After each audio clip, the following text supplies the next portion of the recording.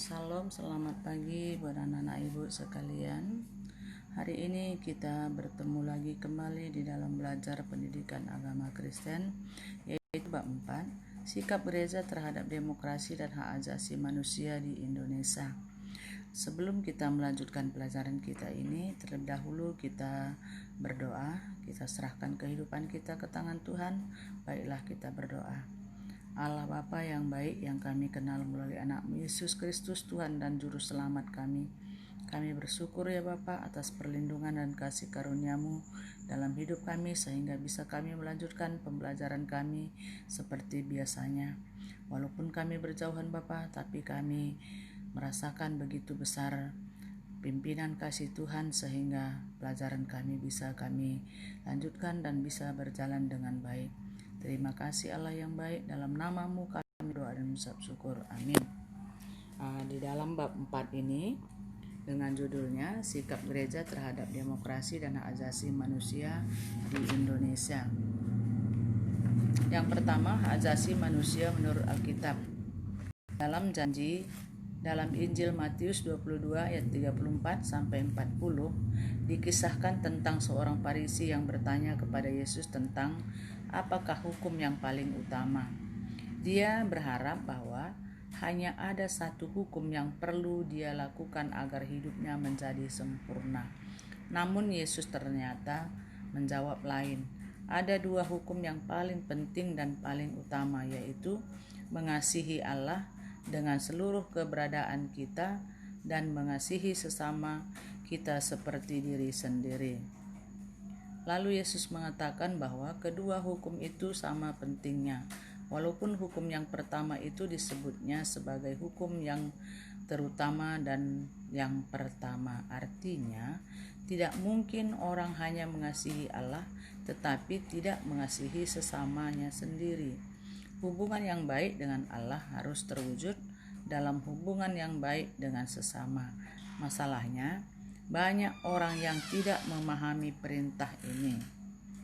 Yang kedua, bagaimana sikap Yesus menyangkut politik dan kekuasaan. Bagaimana sikap Yesus menyangkut politik? Politik erat kaitannya dengan kekuasaan. Meskipun Yesus tidak berbicara secara khusus mengenai politik dan kekuasaan, namun sikapnya terhadap politik dan kekuasaan nyata melalui praktik kehidupan. Ketika kepadanya diajukan pertanyaan ini oleh orang-orang Farisi, katakanlah kepada kami pendapatmu, apakah diperbolehkan membayar pajak kepada Kaisar atau tidak?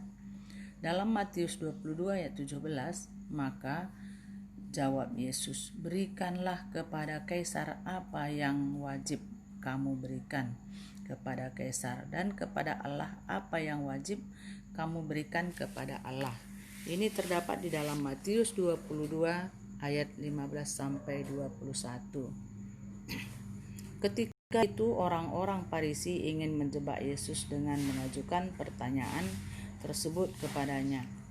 Yesus pun menjawab bahwa mereka memberikan kepada Kaisar apa yang wajib mereka berikan kepada Kaisar. Artinya, setiap orang harus mempunyai keprihatinan tertentu terhadap kesejahteraan sosial politik negaranya dan harus taat sebagai seorang warga negara. Sedangkan pemerintah harus melaksanakan suatu tanggung jawab yang berasal dari Allah. Berikanlah kepada Kaisar apa yang kamu berikan kepada Kaisar.